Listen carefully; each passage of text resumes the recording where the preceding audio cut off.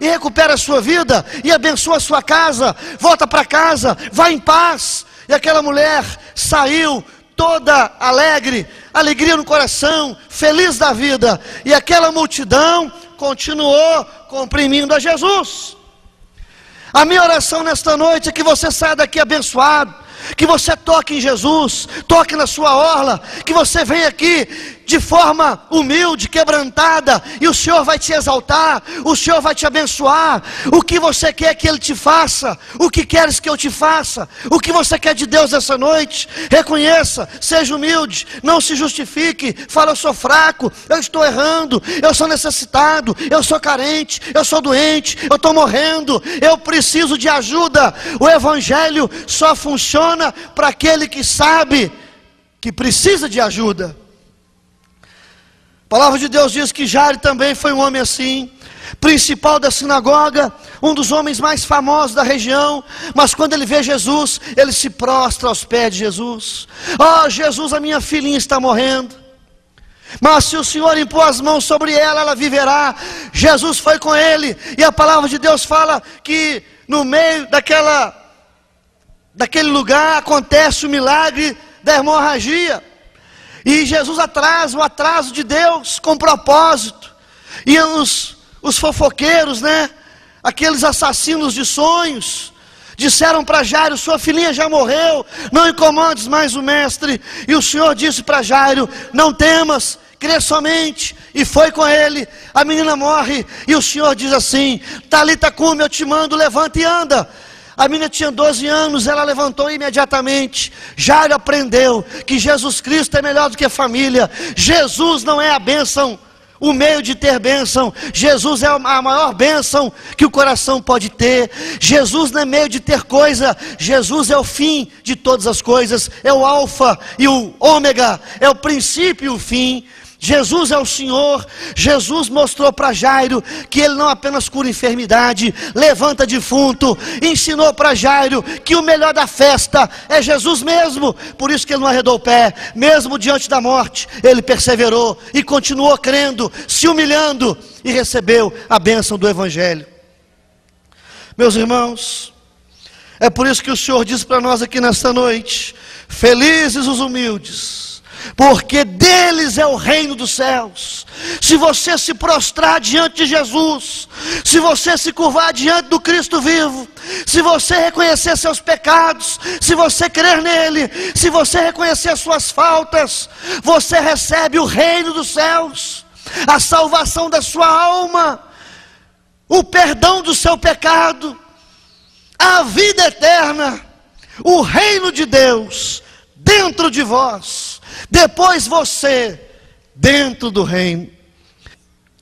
Em segundo lugar, irmãos, a palavra de Deus nos ensina que os felizes, está no verso 4: bem-aventurados os que choram, porque serão consolados. Bem-aventurados os que choram. Aí você fala assim: mas pastor, quem são aqueles que choram? É aqueles que ficam chorando aí de tristeza, porque alguém morreu, porque ficou desempregado, aconteceu alguma luta. Esses são aqueles felizes? Não. Não se trata de um choro por causa de algum acontecimento que traz desgosto. Mas o que Deus está dizendo aqui são aqueles que lamentam seus próprios pecados diante de Deus. São aqueles que estão chorando arrependidos. São aqueles que estão mudando de vida, de comportamento, estão crendo em Jesus. São aqueles que se entristecem pelo pecado, aqueles que confessam pecado e alcançam misericórdia e são transformados por Deus, e Deus muda as suas vidas. Mas eles choram por causa do pecado. Eles não aceitam o pecado em seus corações, eles fogem do pecado, eles fogem da aparência do pecado, eles têm nojo do pecado. São dois pés que nos levam ao céu. Um deles se chama arrependimento, o outro fé. É você crendo e se arrependendo a vida inteira. Mas se você não se arrepender, você não entrará no reino dos céus. Arrependimento é mudança, o fruto é obediência, é conversão do pecado para Deus, é mudança de caminho. O crente em Cristo é uma pessoa que se arrepende a vida inteira. Tem pessoas que acham que estão se arrependendo, mas não sabem o que é arrependimento. Você pode reformar suas atitudes sem se arrepender de coração. Tem pessoas que reformam o pecado, ele dá uma mão de tinta, ele reformula tudo, ele dá ali um acabamento no pecado. É uma reforma de atitude, mas o amor ao pecado continua. Isto não é arrependimento, é como Herodes. Herodes parou de beber, de fumar, de julgar e começou a aumentar a sua contribuição. Ele ouvia o que João Batista pregava no cárcere, gostava da mensagem do pregador, ele mudou a sua vida e ele reformou a sua atitude, mas não se arrependeu. Ele continuou amando o pecado. Tem gente assim, ele para de fumar, de beber, julgar, e ele começa a vestir uma roupinha melhorzinha, vai para a igreja, põe a Bíblia debaixo do braço, e ele simplesmente, ele maquia o pecado, há uma maquiagem, ele faz um tratamento, faz uma pintura, mas o amor ao pecado continua. Isto não é arrependimento. Arrependimento, ele vem do íntimo do coração e você passa a odiar o pecado. Tem gente que na hora da pregação se sente uma emoção de arrependimento, e ele acha que se arrependeu, mas só que tem um detalhe: aquilo foi movimentação dos lábios, mas o coração não foi movido. É como se ele fosse ao espelho e depois esquecesse da própria aparência. É como se fosse uma amnésia. Primeiro ele reforma as atitudes, ele faz uma maquiagem, agora ele tem aquela emoção, ele chora e ele fala: Deus, eu estou arrependido. Ele apenas mexe com os lábios, mas o coração continua a mesma coisa. Mas também tem aqueles que arrependem-se da metade dos pecados, de alguns pecados, de pecados pequenos. Eles começam a: Deus, eu me arrependo desse, e tá bom demais, eu era bem pior. E ele começa a dizer assim: nem todo mundo é santo, então se eu me arrepender da maioria dos pecados, tá de bom tamanho, eu estou acima da média. Mas se você se arrepender de alguns pecados, ou da maioria dos pecados, isso não é arrependimento. Por quê?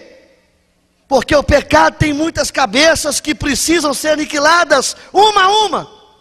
E você não pode fazer esse tipo de confissão a Deus, esse tipo de barganha: Deus, eu estou arrependido da maioria, eu estou arrependido porque eu estou com medo de tomar tinta, quer dizer, algum juízo contra a minha vida. Eu confesso, mas é apenas uma movimentação dos lábios, é apenas uma amnésia. Eu me emociono, mas eu logo esqueço. Eu reformo e há uma maquiagem externa, mas depois eu continuo a mesma coisa, eu melhoro apenas alguma coisa.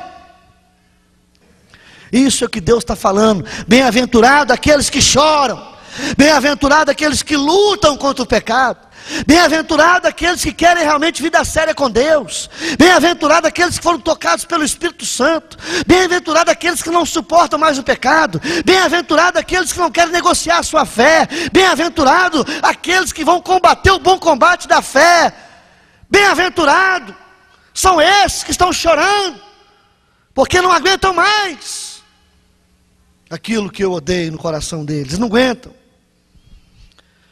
Tem gente, meus irmãos, que confessa pecado, mas ele de forma consciente deixa a porta aberta à ocasião de pecar. É pessoa que se arrepende, mas não abandona o ambiente e a fonte do pecado. Ele sabe que aquele lugar vai levá-lo à tentação, ele já caiu várias vezes, e ele continua com aquela pessoa, ele continua naquele ambiente. Meus irmãos, nós temos que fugir da aparência do mal.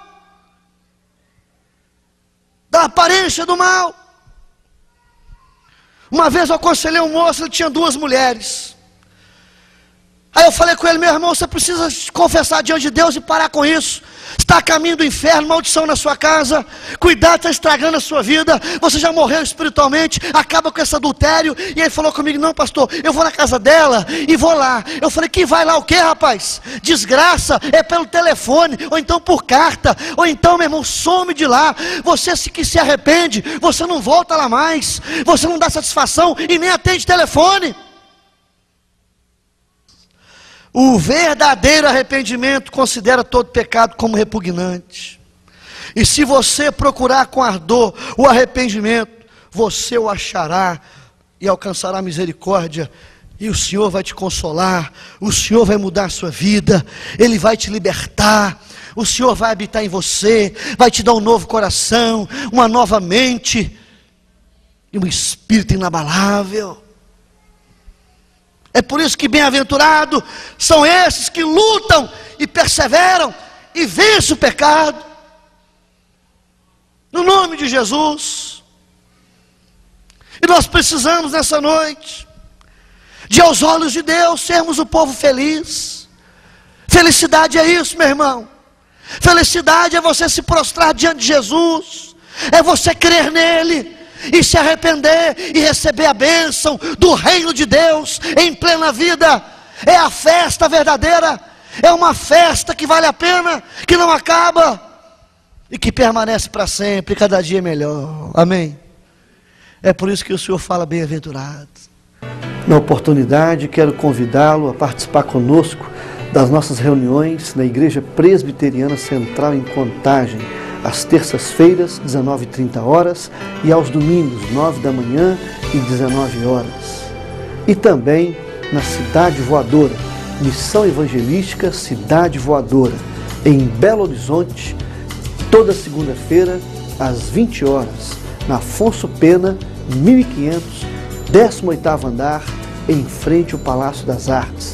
Em Contagem, aos sábados, às 20 horas, na Avenida Prefeito Gil Diniz, 401, no Espaço Gospel Cidade Voadora. Aos sábados, programação especial de Deus ao seu coração. Ligue para nós, Disque Paz. A cada dia, uma mensagem nova de Deus ao seu coração. E também participe conosco da Quinta Livre Especial, toda primeira quinta-feira do mês, no Espaço Popular de Contagem, às 20 horas, com música, teatro e mensagem de Deus para a sua vida. São cultos de evangelização e despertamento espiritual. Você pode também adquirir o nosso material. Nós temos CDs, DVDs, temos folhetos de evangelização, despertamento espiritual e também livros na área de evangelização, discipulado para crescimento espiritual. Você pode solicitar o nosso catálogo pelo e-mail ou pelo telefone. Que Deus possa abençoá-lo, tenha uma boa semana e até a semana que vem, se Deus quiser, em nome de Jesus. Amém.